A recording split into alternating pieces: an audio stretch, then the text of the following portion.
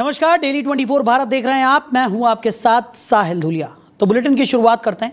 शिमला में बहुचर्चित संजौली मस्जिद मामले में जिला अदालत ने नगर निगम शिमला की अदालत के फैसले को बरकरार रखते हुए मस्जिद को तोड़ने का आदेश दे दिया है। जिला अदालत ने वक्फ बोर्ड और संजौली मस्जिद कमेटी की याचिका को खारिज करते हुए नगर निगम अदालत के फैसले को सही ठहराया। मामले में वक्फ बोर्ड और संजौली मस्जिद कमेटी ने नगर निगम अदालत के फैसले को चुनौती दी थी, लेकिन जिला अदालत ने भी वक्फ बोर्ड मस्जिद को लेकर कोई पुख्ता दस्तावेज पेश नहीं कर पाया, जिस पर जिला अदालत ने नगर निगम अदालत के फैसले को बरकरार रखा है। जिला अदालत ने वक्फ बोर्ड और संजौली मस्जिद कमेटी की याचिका को खारिज कर दिया। तो वक्फ बोर्ड अदालत ने मस्जिद के संबंध में कोई दस्तावेज पेश नहीं किए और संजौली मस्जिद मामले में स्थानीय लोगों के अधिवक्ता ने बताया कि संजौली में बनी पूरी मस्जिद अवैध है और अब जिला अदालत ने भी नगर निगम कोर्ट के फैसले को बरकरार रखा है। ऐसे में अब नगर निगम शिमला इस अवैध ढांचे को जल्द गिराने का काम करे ताकि संजौली क्षेत्र के लोगों की भावनाएं और ज्यादा आहत न हो। तो अदालत ने ढांचे को अवैध करार दे दिया है और आपको बता दें कि संजौली मस्जिद तोड़ने का आदेश यहां पर जारी कर दिया गया है। तो नगर निगम कोर्ट ने पहले मस्जिद को अवैध करार दिया था, जिसके बाद जिला अदालत में ये पूरा मामला गया, लेकिन अब जिला अदालत ने भी नगर निगम के फैसले को बरकरार रखते हुए वक्फ बोर्ड की याचिका को खारिज कर दिया है। और इसी खबर पर ज्यादा चर्चा के लिए हरिशंकर जैन जी अधिवक्ता हैं, वो हमारे साथ जुड़ गए। जैन साहब, बहुत स्वागत है आपका।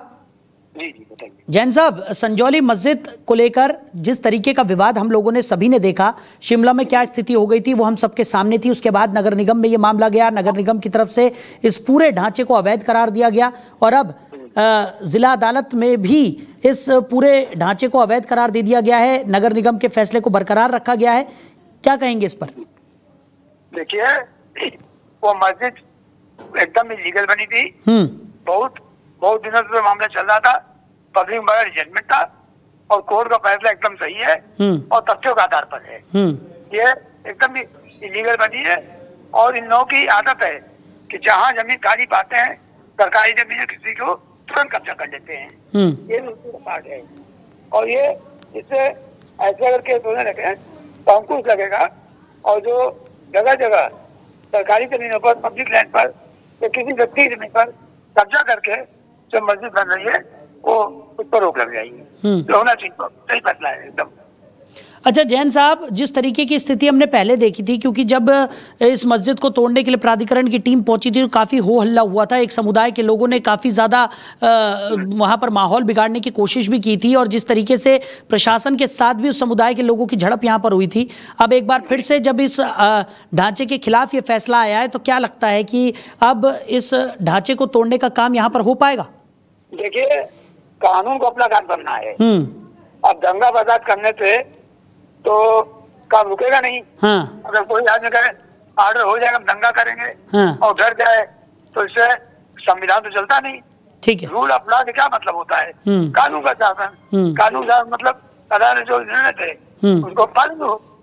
तो अदालत को ये कहना सड़क पर आ जाएंगे, हम दंगा करेंगे, हम ये करेंगे, तो सरकार कानून के साथ निपटेगी। ठीक है। जैन साहब, अब क्या विकल्प बचता है वक्फ बोर्ड के पास, क्योंकि जिला अदालत से भी उनकी याचिका को खारिज कर दिया गया है, आगे क्या विकल्प है? वो हाईकोर्ट में आएंगे इसके खिलाफ। हाईकोर्ट मामला आएगा, सुप्रीम कोर्ट आएगा, पर अगर फैसला सही है तो बरकरार रहेगा। ठीक, तथ्यों के आधार पर बरकरार रहेगा, उसको कोई दिक्कत नहीं है। चलिए, पर अभी मामला हाईकोर्ट सुप्रीम कोर्ट आएगा भी। चलिए जैन साहब, हमारे साथ जुड़ने के लिए, इस तमाम चर्चा के लिए आपका बहुत शुक्रिया। तो अदालत ने ढांचे को अवैध करार यहां पर दे दिया है। नगर निगम अदालत ने पहले इस ढांचे को अवैध करार दिया था, जिसके बाद ये पूरा मामला जिला अदालत में गया और अब जिला अदालत की तरफ से भी वक्फ बोर्ड के सबूत न पेश कर पाने पर इस आदेश को बरकरार रखा गया है, यानी कि इस पूरे ढांचे को अवैध करार देकर तोड़ने के आदेश यहां पर हो गए। वहीं बिहार विधानसभा चुनाव के बीच कांग्रेस नेता राहुल गांधी की मुश्किलें बढ़ गई है। पीएम मोदी को लेकर की गई एक टिप्पणी को लेकर मुजफ्फरपुर कोर्ट में राहुल गांधी के खिलाफ परिवाद दायर किया गया है। कांग्रेस नेता ने जिले के सकरा में आयोजित एक रैली में कहा था कि पीएम मोदी वोट के लिए स्टेज पर नाच भी लेंगे। यानी परिवाद में राहुल की छठ पूजा को लेकर की गई टिप्पणी का हवाला देते हुए हिंदुओं की आस्था को ठेस पहुंचाने का भी आरोप है। तो लोकसभा में नेता प्रतिपक्ष राहुल गांधी के खिलाफ मुजफ्फरपुर की सीजेएम कोर्ट में यह परिवाद वकील ने दाखिल किया है। उन्होंने आरोप लगाया कि सकरा के मझौलिया में एक चुनावी सभा को संबोधित करते हुए राहुल गांधी ने प्रधानमंत्री नरेंद्र मोदी को अपमानित करने वाला बयान दिया। साथ ही लोक आस्था के महान पर्व छठ को लेकर ड्रामा करने जैसे शब्दों का इस्तेमाल कर हिंदुओं की भावनाओं को ठेस पहुंचाई गई। तो अदालत ने इस परिवाद को सुनवाई पर रखा है। तो राहुल गांधी की मुश्किलें बढ़ती हुई नजर आ रही हैं। अब उनके खिलाफ एक परिवाद दायर किया गया है, जिसमें उन्होंने एक जनसभा के दौरान प्रधानमंत्री नरेंद्र मोदी को लेकर जो टिप्पणी की थी, उसके आधार पर यह परिवाद दायर किया गया है। वकील का साफ तौर पर कहना है कि राहुल गांधी ने प्रधानमंत्री नरेंद्र मोदी का अपमान किया है। साथ ही साथ छठ पूजा को लेकर भी आपत्तिजनक बयान उनकी तरफ से दिया गया है। इसी पर ज़्यादा चर्चा के लिए केवल ढींगरा, कांग्रेस के प्रवक्ता हैं, वो हमारे साथ जुड़ गए। ढींगरा साहब, बहुत स्वागत है आपका। ढींगरा साहब, सुन पा रहे हैं आप? जी, सुन पा रहा हूँ। जी ढींगरा साहब, राहुल गांधी की मुश्किलें यहाँ पर एक बार फिर से बढ़ती हुई नजर आ रही हैं। एक परिवाद दायर किया गया है कि प्रधानमंत्री का अपमान किया, साथ ही साथ छठ पूजा को लेकर भी अभद्र टिप्पणी करते हुए वो नजर आए, ऐसा आरोप लगाया गया है। क्या कहेंगे? देखिए, आरोप लगाना एक अलग बात है। उन्होंने किस चीज का अपमान किया? उन्होंने कोई अपमान नहीं किया। उन्होंने उनकी गरिमा के हिसाब से बात करी। जो आदमी कर्म करता है उसी के हिसाब से बात करी। उन्होंने कोई गलत काम नहीं किया इसमें। राहुल गांधी जी ने वही कहा जो वो लोग कृत्य कर रहे हैं, और वो कृत्य जो कर रहे हैं वही बात कही राहुल गांधी जी। लेकिन ढींगरा साहब, जिस तरीके से एक पद की गरिमा होती है, प्रधानमंत्री नरेंद्र मोदी हमारे देश के प्रधानमंत्री हैं, और उनका अपमान जिस तरीके से लगातार ये आरोप लगाया जा रहा है भारतीय जनता पार्टी की तरफ से कि अलग अलग मंचों से प्रधानमंत्री के बारे में इस तरीके की टिप्पणी करना आपकी मानसिकता को जाहिर करता है, ऐसा भारतीय जनता पार्टी वाले कह रहे हैं। उनका कहना है कि प्रधानमंत्री को लेकर इस तरीके का बयान देना कि वोट के लिए वो नाचते फिरते हैं, ये किस तरह की बात है? ये किसी बुद्धिजीवी का काम नजर नहीं आता, ऐसा उन्होंने कहा है। देखिए, भाजपा के लोगों को अपनी बात कहनी है, और वो चाहते हैं कि किसी भी तरह से कांग्रेस बदनाम हो, ये तो चाहते हैं वो। लेकिन उनके कहने से नहीं होगी ना। जो कृत्य वो कर रहे हैं वही कृत्य के बारे में राहुल गांधी जी ने बताया। और ये जो बात बताई जाती है, जो लोग काम कर रहे होते हैं उसको बताने का ही काम होता है। जनता के अंदर विश्वास जो है वो जनता लेती है और जनता ही करती है। इसलिए इस बात को ना सोचा जाए, अपमान किस बात का हुआ इसमें? वोट लेना और देना, इसमें अपमान किस बात का है? अच्छा ढींगरा साहब, एक बात बताइए कि चुनाव बिल्कुल सर पर है, ऐसे में इस तरीके का परिवाद जो राहुल गांधी के खिलाफ दायर किया गया है, उससे कहीं ना कहीं चुनाव पर भी असर पड़ेगा। देखिए, ये चैनल की अपनी सोच हो सकती है, लेकिन इसमें किसी का अपमान नहीं हो रहा। अगर वोट मांगने कोई जाता है और वो वोट मांगने के ऊपर कोई बात करते हैं तो कोई अपमान नहीं है किसी का। जनता ने वोट देनी है, ना तो किसी पार्टी ने वोट देनी है, ना किसी पार्टी को वोट मिलनी है। जनता ने वोट देनी है, उससे एमएलए चुना जाएगा, एमएलए चुना जाएगा तो मुख्यमंत्री चुना जाएगा। इसमें किसका अपमान हुआ? किसी का कोई अपमान नहीं हुआ। ये कहानियां जो है वो चैनल ना बनाए, इसको छोड़े बात को। चलिए ढींगरा साहब, हमारे साथ जुड़ने के लिए, इस तमाम चर्चा के लिए आपका बहुत शुक्रिया। तो राहुल गांधी के ऊपर यह परिवाद दायर किया गया है, जिसमें प्रधानमंत्री नरेंद्र मोदी के खिलाफ जो उन्होंने टिप्पणी की थी उसको आधार बनाकर साफ तौर पर कहा गया है कि उन्होंने प्रधानमंत्री का अपमान किया है। हालांकि कांग्रेस की तरफ से लगातार ये कहा जा रहा है कि इसमें किसी भी तरह का कोई अपमान नहीं है, बल्कि राहुल गांधी ने जो कहा है उसका समर्थन करते हुए कांग्रेस के कई प्रवक्ता भी नजर आ रहे हैं। वहीं इस खबर पर ज्यादा चर्चा के लिए भारतीय जनता पार्टी की तरफ से आलोक वत्स जी भी हमारे साथ जुड़ गए। आलोक जी, बहुत स्वागत है आपका। धन्यवाद। आलोक जी, एक तरफ राहुल गांधी चुनावी जनसभाओं को संबोधित करते हुए प्रधानमंत्री नरेंद्र मोदी का अपमान करते हुए नजर आते हैं, जिस तरीके की टिप्पणी उन्होंने की है उसके बाद एक परिवाद उनके खिलाफ दायर कर दिया गया है। दूसरी तरफ कांग्रेस के कई प्रवक्ता हैं जो इसका समर्थन करते हुए नजर आ रहे हैं। वो कह रहे हैं इसमें किसी तरह का कोई अपमान वपान वाली बात नहीं है, भारतीय जनता पार्टी जबरदस्ती की हवा दे रही है इस पूरे मामले को। देखिए, ये जो राहुल गांधी ने वहां पे जाके ये भाषण दिया, ये स्पष्ट दर्शाता है कि वो आरजेडी की सरकार वहां नहीं बनने देना चाहते हैं किसी कीमत पे। अब आप पूछेंगे इसका कारण क्या है? राहुल गांधी जी नहीं गए थे, नरेंद्र मोदी जी गए थे अंबानी के बेटे की शादी में। लेकिन आप इस बात को भूल रहे हैं कि उसी मंच पर तेजस्वी यादव खड़े थे, जिनका पूरा परिवार under the leadership of Lalu Yadav charter plane से अंबानी की शादी अटेंड किया था। तो वो क्या था, आप नहीं गए, लेकिन आपके जो सबसे बड़े साथी हैं, जिनके पूंछ लटक के आप बिहार का चुनाव लड़ रहे हैं, वो तो सब वहां शरीक थे। और राजनीतिक सुचिता भी कहता है कि अपने दुश्मन के घर भी अगर बेटी की शादी हो, बेटा को शादी हो, और वो आपको निमंत्रण देता है, तो उसमें जाना एक फर्ज बनता है। अदावत सही, लेकिन अदावत वही होनी चाहिए जहां पर उसका बैटल फील्ड है। वो घर तक नहीं जानी चाहिए, वो बच्चों तक नहीं जानी चाहिए जी। आपने तो आशीर्वाद ही देना है। किसी नरेंद्र मोदी ने जाके क्या किया?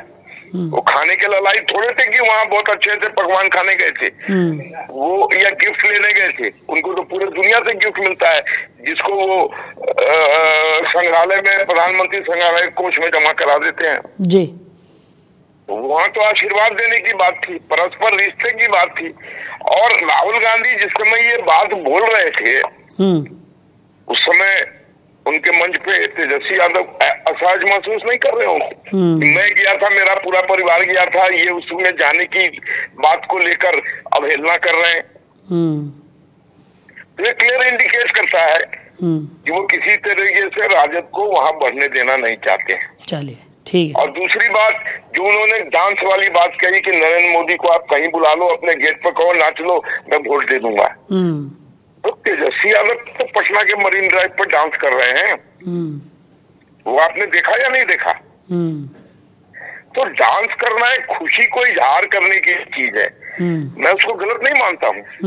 हाँ, अश्लील डांस गलत है, अश्लील इशारे गलत है, अश्लील तरीके से देखना गलत है किसी को। लेकिन डांस तो भगवान की भक्ति में लीन जितने भी बड़े बड़े पुजारी हुए हैं, महंत हो, तो भक्ति में डांस करते नजर आते हैं। और जब भी हमारे यहाँ कोई खुशी का माहौल होता है या कोई शादी ब्याह हो, तो 70-75 के नाना दादा को भी लोग डांस करवा देते हैं, एक ठुमका लगवा देते हैं। हमारे यहाँ एक श्री राम जी की लड़के की शादी, तो उनसे लोगों ने ठुमके लगवाए, बहुत वो कभी डांस वांस नहीं करते थे। ठीक ठीक, ये खुशी का माहौल है, इजहार करने का तरीका है, मैं इसको बुरा नहीं मानता।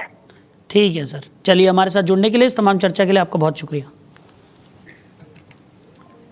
तो प्रधानमंत्री नरेंद्र मोदी पर राहुल गांधी की गई टिप्पणी अब उन पर भारी पड़ती हुई नजर आ रही है। एक परिवाद उनके खिलाफ दायर किया गया है, जिसमें साफ तौर पर प्रधानमंत्री के अपमान की बात निकलकर सामने आ रही है।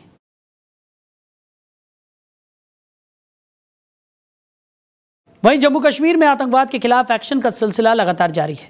उपराज्यपाल मनोज सिन्हा ने 2 सरकारी कर्मचारियों को सीधे नौकरी से बर्खास्त कर दिया है। ये दोनों टीचर थे, लेकिन अंदर से आतंकियों के साथी निकले।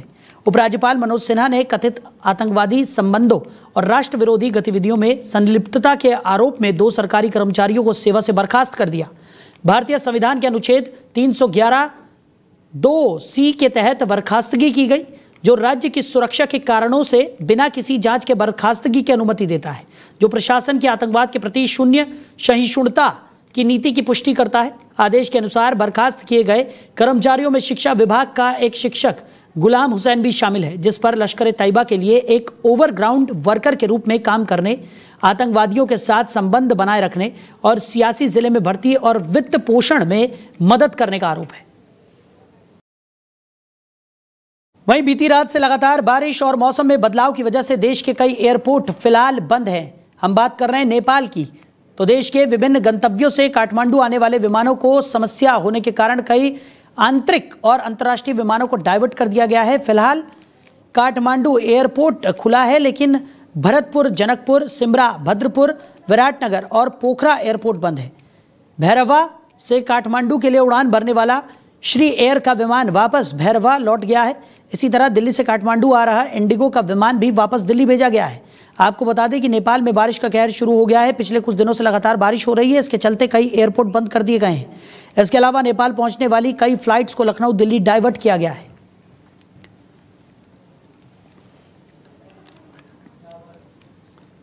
खबर पर ज्यादा जानकारी के साथ हमारे सहयोगी दिलावर हमारे साथ जुड़ गए। दिलावर, क्या स्थिति इस वक्त देखने को मिल रही है? लगातार बारिश नेपाल में कहर बनकर बरस रही है और ऐसे में कई एयरपोर्ट्स को भी बंद कर दिया गया है। यहाँ पर भारी बारिश का कहर है। लगातार मूसलाधार वर्षों के बारिश के कारण जनजीवन अस्त व्यस्त हो गया है। कई स्थानों पर सड़कों पे पानी भर जाने से यातायात पूरी तरह से ठप हो गया है और साथ में यहाँ के जो अंतर्राष्ट्रीय विमान स्थल या हवाई अड्डा है उसको भी रद्द कर दिया गया है और सभी नागरिकों को से ये सूचना दिया गया है कि सुरक्षित रहे, बिना आवश्यक कारण घर से बाहर ना निकले।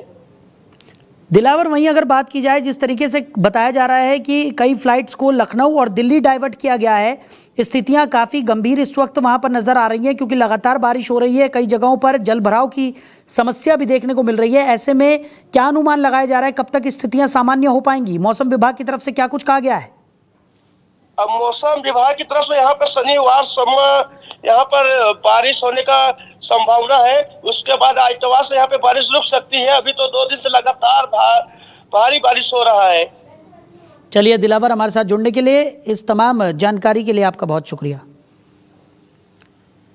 तो नेपाल में लगातार हो रही आफत की बारिश ने मुश्किलों को बढ़ा दिया है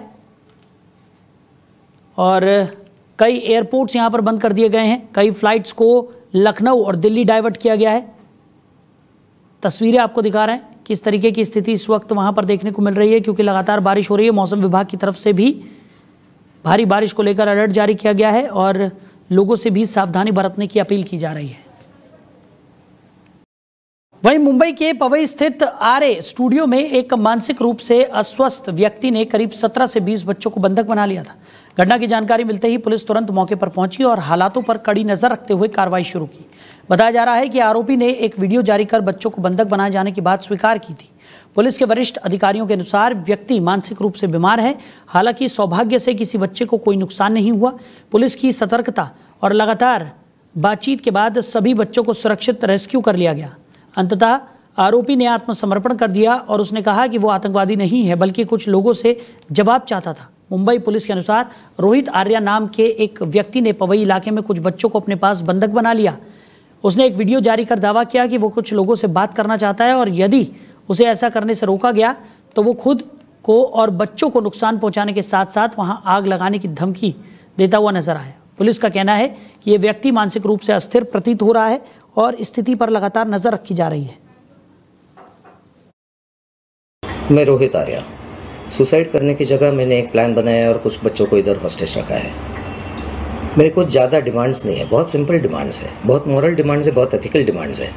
और मेरे कुछ सवाल है, मुझे कुछ लोगों से बात करनी है, उनको सवाल पूछने हैं, उनके जवाब पर अगर मुझे काउंटर क्वेश्चन है तो मुझे काउंटर क्वेश्चन पूछना है। लेकिन मुझे ये जवाब चाहिए, मुझे दूसरा कुछ नहीं चाहिए। ना मैं टेररिस्ट हूँ, ना मेरी बहुत बड़ी पैसों की डिमांड है, कुछ भी पैसों की डिमांड तो है ही नहीं, इमोरल तो बिल्कुल भी नहीं है। सिंपल कॉन्वर्सेशंस करने हैं और जिसके लिए मैं इन बच्चों को हॉस्टेज लिया है। ये मैंने एक प्लान के तहत ही हॉस्टेज लिया है। लेट्स चेंज 4 मैं सच में करने वाला हूँ।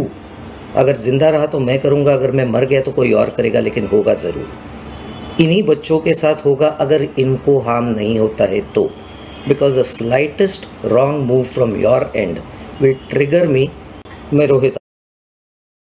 तो इसी खबर पर ज्यादा जानकारी के साथ हमारे सहयोगी मुरारी हमारे साथ जुड़ गए। मुरारी, क्या कुछ निकलकर सामने आ रहा है?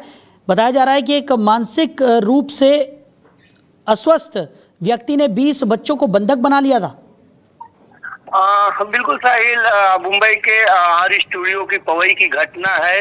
यहाँ पर नागपुर का रहने वाला बताया जा रहा है रोहित आर्या, जिसने 100 बच्चों को मूवी में शॉर्ट फिल्म बनाने के लिए ऑडिशन के नाम पर बुलाया था, जिसमें 17 बच्चों को उसने सेलेक्ट करके आर स्टूडियो की दूसरी मंजिल पर ले गया और जब बच्चे लंच के समय बाहर नहीं निकले तब इस तरीके की बात पता चली। जिस तरीके से आरोपी ने एक वीडियो बना करके साझा किया था, उसके बाद ही घटनास्थल पर पहुंची पुलिस। फायर ब्रिगेड ने कड़ी मशक्कत के बाद जब वहां पर पुलिस ने आरोपी को चेतावनी दिया और लगातार 4 से 5 राउंड गोली चलाई गई। उसके बाद वो आरोपी किसी तरीके से गेट के बाहर निकला और उसे पुलिस ने गिरफ्तार किया। सारे बच्चों को सुरक्षित निकालकर उनके परिजनों को हवाले किया गया है। जो आरोपी है रोहित आर्या, उसे जो है मेडिकल के लिए हॉस्पिटल ले गई है पुलिस। जी बिल्कुल। और मुरारी, जिस तरीके से बताया जा रहा था कि वो कुछ लोगों से बात करना चाह रहा था ये शख्स, और उसने कहा कि अगर ऐसा नहीं करते हैं तो वो खुद को और बच्चों को नुकसान पहुंचाएगा, क्या पता चल पाया है कि वो कौन शख्स थे जिनसे ये बात करना चाह रहा था और किस तरीके के जवाब तलाश रहा था? देखिए, अभी तक आधिकारिक तौर पर कोई पुष्टि पुलिस की तरफ से नहीं की गई है, क्योंकि अभी उसे जो है चोट भी आई है पुलिस फायरिंग के दरमियान, इसलिए उसे अस्पताल ले जाया गया है। अब पुलिस जांच करेगी और उससे पूछताछ करेगी कि वो किन लोगों से बात करना चाहता था, क्या मकसद था, क्या उद्देश्य थी, वो कौन से लोग थे। इन तमाम चीजों से पुलिस पूछताछ के बाद ही पर्दा उठा पाएगी। लेकिन जिस तरीके से बच्चों को स्टूडियो के अंदर लाया गया और फिर उन्हें बंधक बनाकर एक वीडियो जारी किया, उसे लेकर मुंबई में कह सकते कि एक तरह से हरकत मच गया था। परिवार के जो लोग, बच्चे के जो पेरेंट्स थे, वो आर्य स्टूडियो के पास पहुंच गए थे। समय रहते पुलिस ने जिस तरीके से पुस्तैती दिखाई और बाथरूम का दरवाजा तोड़कर जिस तरीके से पुलिस स्टूडियो के अंदर घुसी, ये कल्पनीय था। और पुलिस ने एक बड़ी भूमिका निभाते हुए 17 जो बच्चे वहां पर बंधक बनाए थे उन्हें रेस्क्यू किया है। चलिए मुरारी, हमारे साथ जुड़ने के लिए, इस तमाम जानकारी के लिए आपका बहुत शुक्रिया।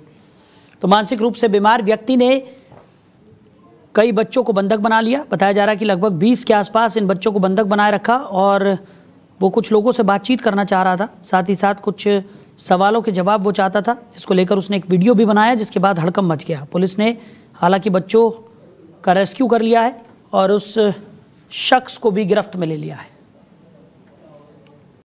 वहीं लखनऊ में गुंडब्बा थाना क्षेत्र के कल्याणपुर इलाके में स्थित मारुति सुजुकी नेक्सा के शोरूम में भीषण आग लग गई, जिससे पूरे क्षेत्र में अफरा तफरी मच गई। देखते ही देखते आग ने विकराल रूप धारण कर लिया और आसपास की इमारतों को भी अपनी चपेट में लेने शुरू कर दिया। सूचना मिलते ही दमकल विभाग की कई गाड़ियां मौके पर पहुंची और आग पर काबू पाने के लिए युद्ध स्तर पर प्रयास शुरू किया गया। फायर ब्रिगेड के प्रभारी खुद घटनास्थल पर पहुंचे, जो पुलिस बल के साथ मिलकर लगातार आग बुझाने में जुटे रहे। फिलहाल आग लगने के कारणों का पता नहीं चल सका है, लेकिन प्रारंभिक अनुमान है कि शॉर्ट सर्किट ही इस पूरी आग लगने की वजह है। तो फिलहाल इस बुलेटिन में मेरे साथ इतना ही। आप बने रहिए। नमस्कार।